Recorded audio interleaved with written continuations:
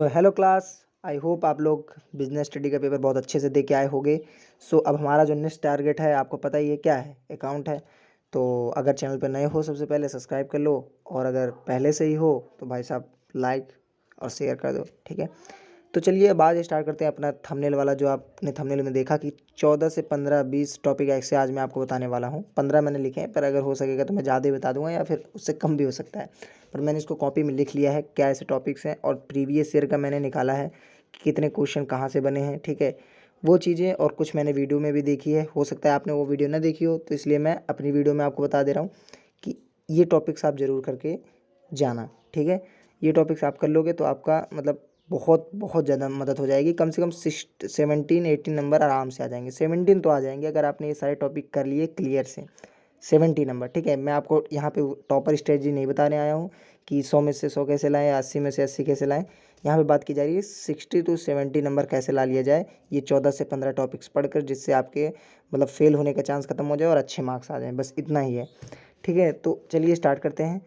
तो पहला जो मैं हर एक चैप्टर से आपको टॉपिक बताऊंगा, ऐसा नहीं कि डायरेक्ट बता दूं, मैं हर एक चैप्टर से एक एक टॉपिक आपको बताऊंगा, ठीक है। तो जो मैं पहला चैप्टर यानी फंडामेंटल वाला है अपना, फंडामेंटल, पता ही है आप लोगों को फंडामेंटल, ये जो है ना, इसमें सबसे इम्पोर्टेंट टॉपिक अगर मैं बात करूं, एक मिनट मेरे कलर बदलने दीजिए।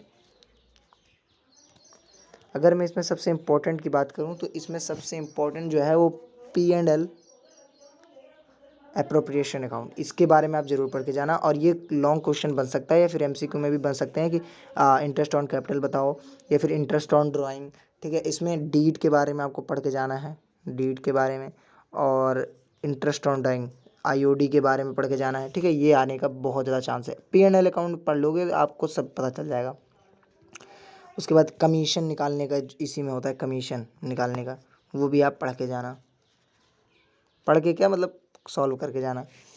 बाकी अब दूसरा चैप्टर जो हमारा गुडविल वाला है, आपको पता ही है गुडविल, ठीक है, ख्याति। तो ख्याति के बारे में अगर मैं बोलूँ तो आप इसमें सबसे जो इम्पोर्टेंट है वो है सुपर प्रॉफिट मेथड।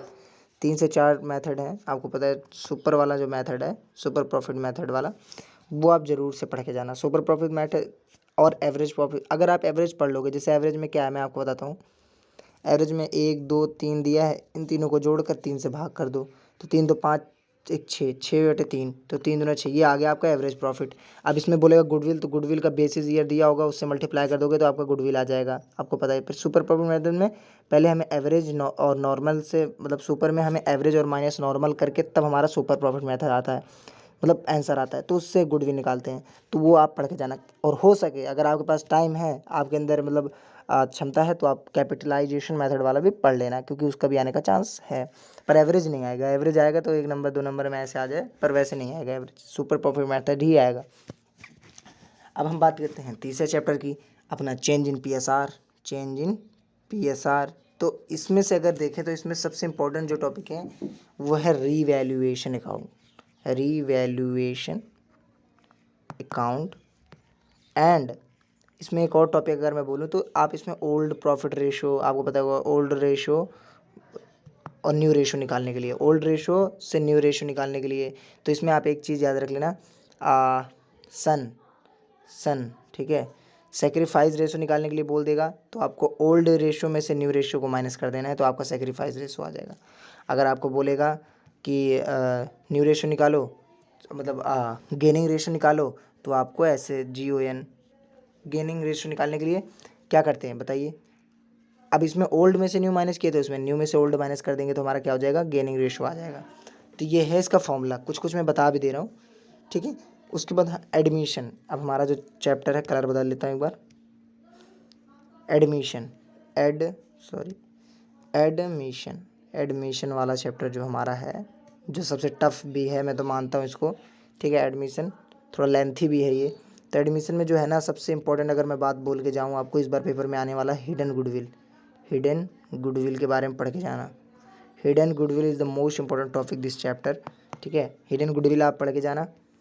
और अगर मैं बात करूं दूसरा इंपॉर्टेंट टॉपिक, तो वो हो जाएगा रिवैल्यूएशन अकाउंट। अब आप कहोगे उसमें भी बात हाँ, इसमें आएगा लॉन्ग बन के, ठीक है। रिवैल्यूएशन अकाउंट इसमें ज़रूर पढ़ के जाना मेरे भाई। तो मैंने आपको एडमिशन चैप्टर से हिडन गुडविल और रिवैल्यूएशन अकाउंट बताया है, तो ये दोनों पे आप फोकस करना। देखो मैं इसलिए कह रहा हूँ कि मैं कोई ऐसी वीडियो नहीं बना रहा हूँ कि जिससे आपके 80 में से 80 आ जाएँ। ये बनाया जा रहा है आपका लास्ट टाइम में जो बच्चे पढ़ सकते हैं, जिनको लगता है हाँ मैं ये चीज़ें कवर कर सकता हूँ, 60 to 70 मार्क्स ला सकता हूँ आराम से, उनके लिए है ये। और ये आराम से कर भी सकते हो, इतना ज़्यादा टफ भी नहीं है। रिटायरमेंट की बात करें तो रिटायरमेंट में मैं आपको कहूँगा फुल फ्लैज एक क्वेश्चन करके जाओ, क्योंकि वो फुल चैप्टर आने का चांस है, उसमें कोई वो नहीं है। तो उतना इंपॉर्टेंट आप उसको स्किप भी कर सकते हो। अगर आपने एडमिशन कर लिया और रिटायरमेंट कर लिया तो एक क्वेश्चन आता है लॉन्ग, चाहे आप रिटायरमेंट का कर लो चाहे आप एडमिशन का कर लो, तो आप उसमें से छोड़ सकते हैं रिटायरमेंट को, आपकी मर्जी है। उसके बाद हम बात करते हैं डिजुलेशन की। कलर बदलते हैं ना थोड़ा सा।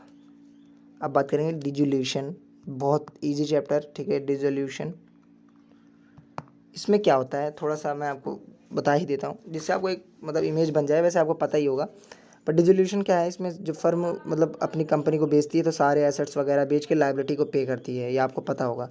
तो ये चैप्टर आप पढ़ के जाना, ठीक है। इसमें जो होता है एसेट्स, ऐसे बैलेंस शीट होगी, उसके अंदर एसेट्स लायबिलिटी दी होगा, मतलब एसेट्स लायबिलिटी दी होगी आपको। यहाँ पे रियलाइजेशन अकाउंट बनाना होता है, इसमें रियलाइजेशन अकाउंट बनाना होगा। यहाँ पे एसेट्स पूरे उतारने होंगे, यहाँ लायबिलिटीज़ उतारनी होंगी। फिर जो नीचे दिए होंगे एडजस्टमेंट्स, उनके अनुसार से इसमें एंट्रीज़ वगैरह करनी होगी। पर इसमें ज़्यादातर आपका रियलाइजेशन अकाउंट नहीं, मैं अगर आपको डिसोल्यूशन से आएगा जो वो बताने वाला हूँ। मैं आपको ये बता रहा था कि रियलाइजेशन अकाउंट बनाते कैसे हैं, वो भी आ सकता है। पर आपको जो पढ़ना है डिसोल्यूशन में बहुत अच्छे से, वो है जर्नल एंट्री। जर्नल एंट्री आएगी डिसोल्यूशन से, क्या आएगी, journal entry, sorry journal entry, journal entry आएगी। तो जर्नल एंट्री आप ज़रूर पढ़ के जाना, ठीक है।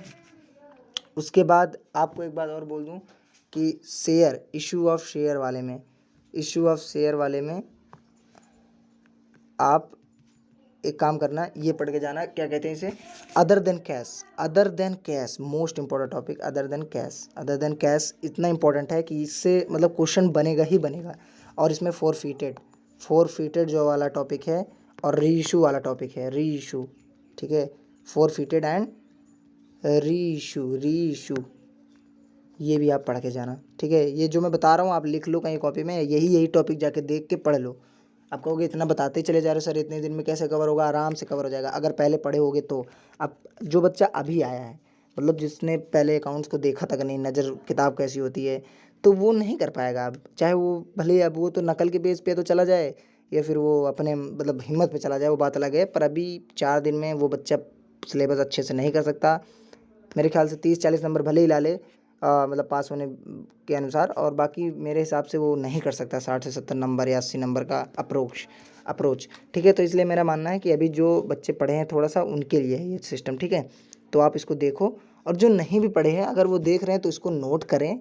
मैं नहीं कह रहा हूँ वो कर नहीं सकते, मेरा मानना ये है कि वो भी कर सकते हैं, पर वो अब 80+ आप नहीं ला सकते, या फिर 80 का अप्रोच आप नहीं रख सकते। आप रखो अपना अप्रोच 40-30, ठीक है, 50 इतना रख लो, तो आपका हो सकता है आ जाए। अगर एमसीक्यू बढ़िया सिंपल आया, या फिर आपके थ्योरी आ गई कुछ ज़्यादा, तो आप बना बना के लिख के पहुंच सकते हो। पर अगर आपके ज़्यादा ऐसे क्वेश्चन आएंगे जो निकालने पे होंगे, बेसिस पे होंगे, तो आप थोड़ा अटक जाओगे, बाकी कर सकते हो।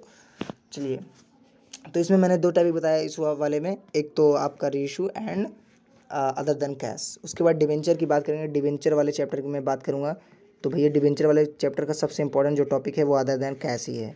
अदर देन कैश, आप इशू ऑफ शेयर का अदर देन कैश पढ़ो या ना पढ़ो, उसमें फॉरफीचर पढ़ लो, पर डिवेंचर में अदर देन कैश पढ़ के ही जाना। उसके बाद फाइनेंशियल जो स्टेटमेंट वाला चैप्टर है, उसमें हेड सब हेड एंड सब हेड, ये पढ़ के जाना, हेड सब हेड, ठीक है। हेड सब हेड सब हेड, ठीक है, ये पढ़ के जाना आप। उसके बाद मैं अगर बोलूँ कि लास्ट चैप्टर जो अकाउंटिंग रेशियो है, अभी मैं इसमें एक फ़नी बात बोलूँगा, क्योंकि अकाउंटिंग रेशियो बहुत लेंथी क्वेश्चन है। उसके बाद आपका वो है, क्या कहते हैं उसे, अकाउंटिंग रेशियो के बाद क्या है आपका, कैश फ्लो स्टेटमेंट। तो ये दोनों बहुत लेंथी चैप्टर हैं, और ये 2 दिन में ख़त्म होने वाले नहीं हैं। तो इसको आप क्या करो, अकाउंटिंग रेशियो जो है इसमें जितना आप पढ़ सको वो पढ़ लो। अकाउंटिंग रेशियो का एक फुल फ्लैश क्वेश्चन रट्टा मार लो बस। उसके जो एंट्रीज़ वगैरह हैं थोड़ा अपने दिमाग में बैठा लो, आधा अधूरा करके आओगे, कुछ नंबर मिल जाएगा, ठीक है। बाकी इतना मैंने आपको जो बताई है क्वेश्चंस, जो शुरू में फंडामेंटल्स, गुडविल, सब चैप्टर का मैंने बताया इंपॉर्टेंट, जितना मैंने बताया है। और ये आप पहले के प्रीवियस ईयर क्वेश्चन उठा के देख लो, वो आए हैं और इस साल भी आएंगे जो मैंने आपको बताया, ठीक है। तो आई होप आप लोग इस पे गौर करोगे और नोट किए होगे कॉपी में, तो अच्छे से करना, ठीक है। और चैनल को सब्सक्राइब कर लेना अगर वीडियो अच्छी लगी हो तो, और शेयर कर देना। Thank you.